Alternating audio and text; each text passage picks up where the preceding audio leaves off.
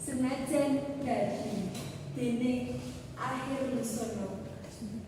mindo suket godhong dadi rewang sembarang tinanggur urip sembarang kinocap nyoto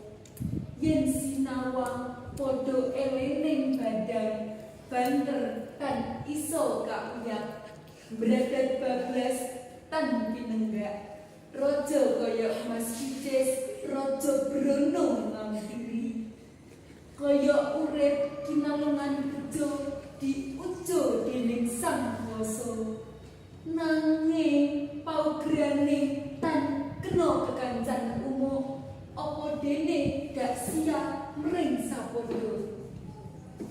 senajan dadi urip mampir ngombe pijeron jerit ora ana tuwase yen amung mumbar hawa nepsune senajan dadi tungkul Allah sing pating dlewer ngelesi pipi grepok amarga kahanan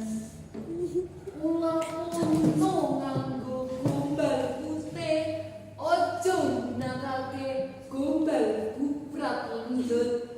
mesakno wit-wit garing sing tansah jempling-jempling senajan dadi elino mring titah mulangsa kapetik saking arak-arakan geguritan srengenge emas janur publise Yogyakarta 2009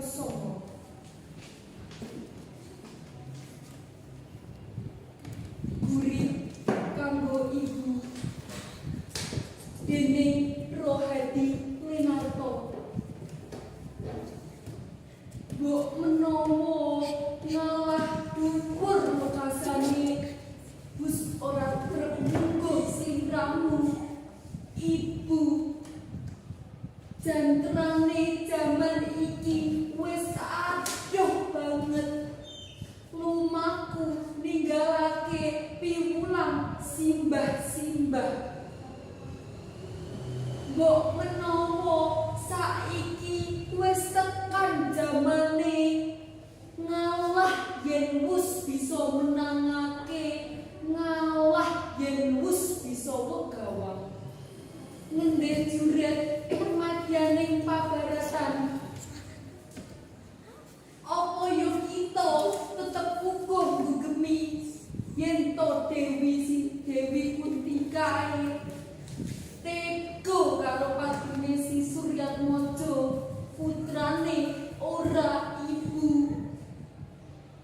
kita kudu wani dadi Srikandi apa dene Kartini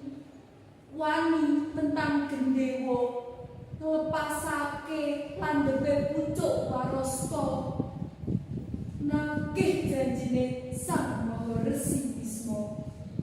bedah beteking taman pingutan